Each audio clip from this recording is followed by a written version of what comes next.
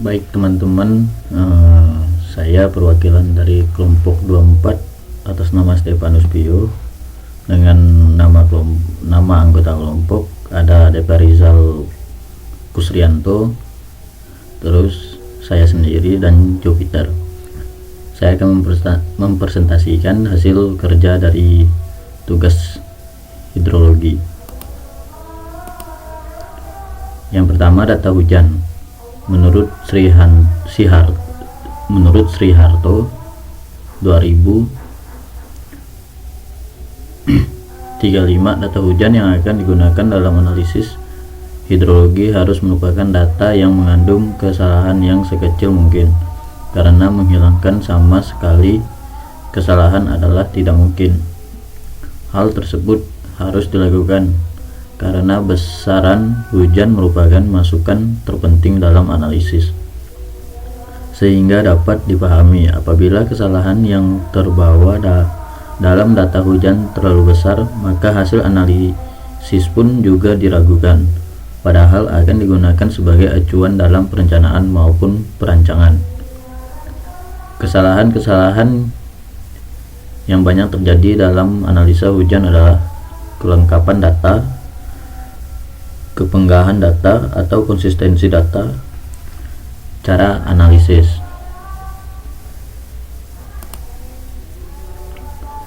Tabel 1.1 data curah hujan di stasiun 2. Nah, ini data curah hujan untuk kelompok kami.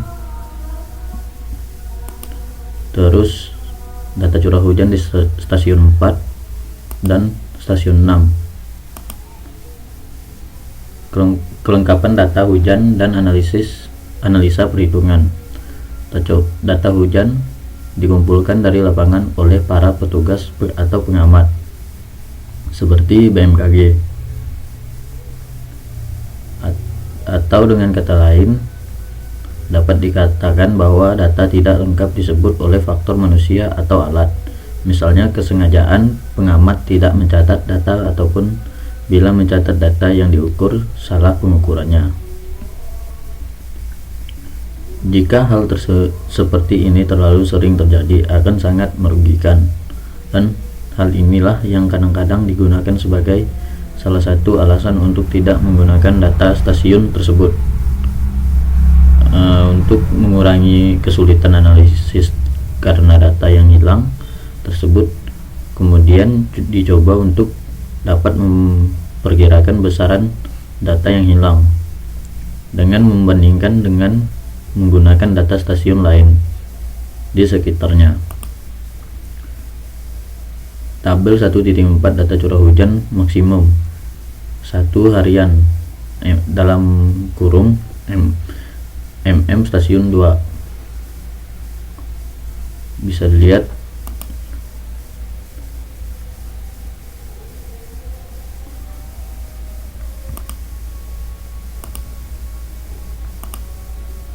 pengisian data hujan yang hilang dapat menggunakan dua cara, diantaranya cara empirik, rata-rata aritmatik, atau arithmetical average, perbandingan normal atau normal rasio, reciprocal method, Kantor Cuaca Nasional USA,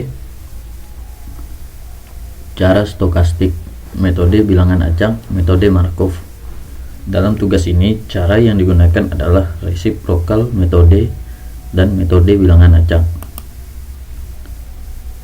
Reciprocal method di dalam menentukan data hilang. Dengan metode reciprocal diperlukan stasiun pembanding, di mana diusahakan stasiun pembanding memiliki elevasi yang tidak jauh berbeda dari stasiun yang akan dikaji. Selain itu, diusahakan yang digunakan sebagai stasiun pembanding memiliki jarak yang tidak terlalu jauh dan memiliki data yang cukup lengkap. Kajian metode resiprokal dilakukan dengan persamaan. Ini rumus untuk metode resiprokal. Metode bilangan acak. Prosedur penggunaan tabel bilangan acak sangat sering dilaksanakan oleh para hidrologiawan. Tabel bilangan acak menyajikan contoh dari tabel bilangan acak. Dari tabel tersebut kelihatan bahwa setiap nilai bilangan acak mempunyai 4 digit desimal acak. Sebagai contoh dari tabel bilangan acak yang pertama adalah 0,2222 berarti 0,0222 atau 2,22%. Sebuah sampel acak dari peluang kumulatif. Dari tabel bilangan acak dapat dipilih bilangan acak. Cara memilih bilangan acak adalah dengan menutup mata serta memegang pensil. Angka sembarangan yang ditunjukkan menggunakan pensil dengan mata tertutup dipilih sebagai bilangan pertama. Bilangan acak selanjutnya dilakukan dengan memilih bilangan dari posisi bilangan acak pertama ke arah kanan, atau dari kiri ke kanan, atau ke arah bawah dari atas ke bawah. Banyaknya bilangan acak yang dipilih tergantung dari jumlah nilai deret berkala buatan yang akan dibangkitkan atau ditangkarkan. Nilai bilangan acak merupakan rangkaian peluang kumulatif yang dapat ditransformasikan ke dalam rangkaian acak dari variabel X. Transformasi atau pengalih ragaman dapat dilaksanakan dengan salah satu cara berikut. Yang pertama, secara langsung dari persamaan distribusi yang telah diperoleh. Yang kedua, dari kurva persamaan distribusi yang telah diperoleh. Dalam tugas ini digunakan cara ke-1, yaitu dengan mentransformasikan besaran peluang kumulatif setelah ditentukan nilai K.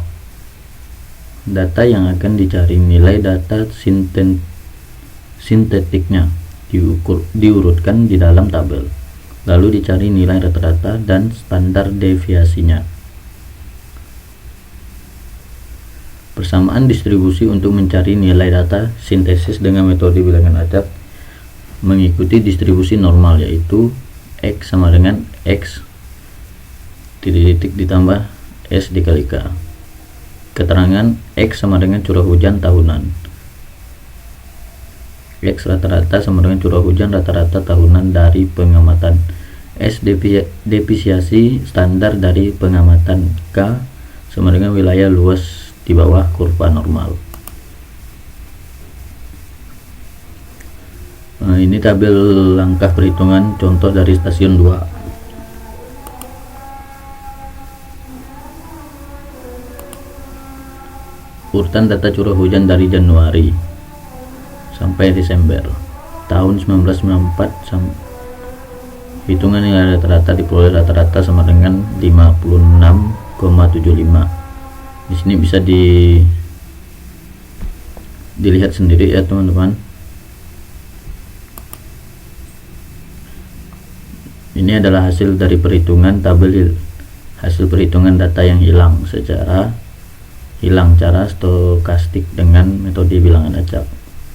Terdapat di stasiun 2, sedangkan ini di stasiun 4 dan ini stasiun 6. Persentase error, perbandingan persentase error terkecil bisa dilihat. Penyaringan data hidrologi. Uji konsistensi berarti menguji kebenaran data lapangan yang tidak dipengaruhi oleh kesalahan pada saat pengiriman atau saat pengukuran. Uji kompetensi dapat dilakukan dengan banyak cara, diantaranya double mesh curve, Van Neumann ratio, cumulative deviation, Worley likelihood ratio test, prosedur Bayesian. Dalam tugas kali ini kami menggunakan metode Worley likelihood ratio test. Nilai tabel di samping dibandingkan dengan nilai W hitung, di mana data akan konsisten apabila W hitung kurang dari W tabel. Nah, ini rumus untuk tabel statistik W. Analisa perhitungan keterangan hasil perhitungan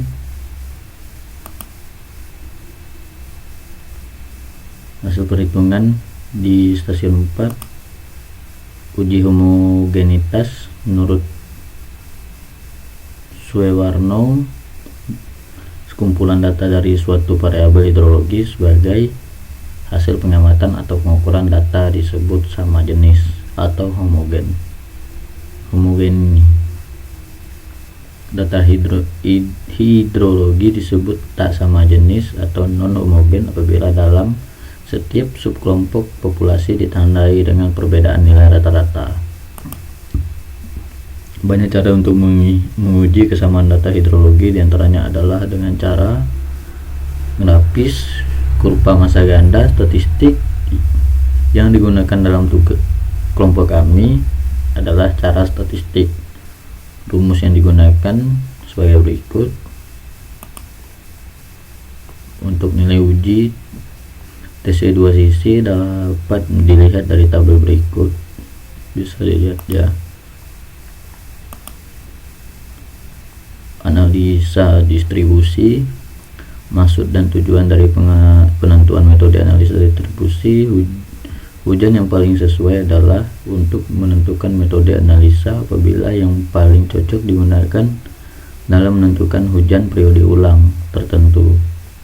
Metode yang digunakan adalah metode yang tercakup dalam distribusi kontinu, diantaranya metode normal, metode Gumbel tipe 1, metode long Pearson tipe 1, metode long normal 2 parameter, metode log normal 3 parameter. Dalam kelompok kami menggunakan metode Gumbel tipe 1. Nah, ini penjelasan dari kelompok kami untuk metode Gumbel tipe 1, bisa dilihat. Penentuan metode analisa distribusi hujan yang sesuai atau uji kecocokan. Maksud dan tujuannya adalah untuk menentukan metode analisa apabila yang cocok digunakan dalam menentukan hujan periode ulang tertentu. Metode yang dimaksud adalah metode yang merupakan metode yang tercakup dalam distribusi kontinu. Normal Pearson tipe 3, log Pearson tipe 3, Gumbel tipe 1, log normal, dan sebagainya. Ada 2 tahap pengujian, yaitu uji deskriptor statistik, goodness of fish test, atau uji kuadrat X pangkat 2.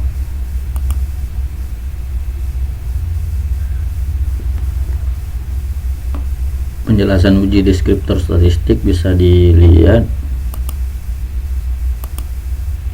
Terus uji C kuadrat, menghitung debit, mencari hujan periode ulang dari penguji C kuadrat yang bertujuan untuk menentukan metode analisa distribusi hujan yang paling sesuai.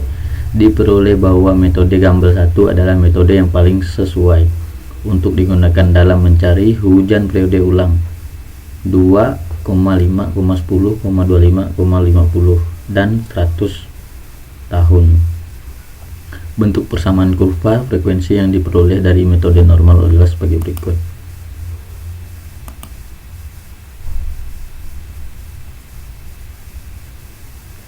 Menghitung intensitas hujan. Intensitas hujan adalah jumlah hujan yang dinyatakan dalam tinggi hujan atau volume hujan tiap satuan waktu. Intensitas hujan didefinisikan sebagai curah hujan merata yang terjadi di suatu daerah dalam suatu waktu tertentu yang sesuai dengan waktu konsentrasi dan periode ulang tertentu. Pada umumnya data hujan yang tersedia di Indonesia adalah data hujan harian, tetapi ada kalanya diperlukan data hujan yang lebih panjang, lebih dari 1 hari, atau yang lebih pendek. Di dalam tugas ini intensitas hujan dicari dengan menggunakan metode Mononobe. Asumsi yang digunakan yaitu untuk keadaan hujan dengan durasi atau lamanya waktu hujan yang relatif pendek. Rumus yang digunakan adalah sebagai berikut, bisa dilihat teman-teman. Mungkin hanya itu saja yang dapat saya sampaikan. dari presentasi di kelompok kami. Lebih kurang atas perhatiannya saya mohon maaf. Terima kasih.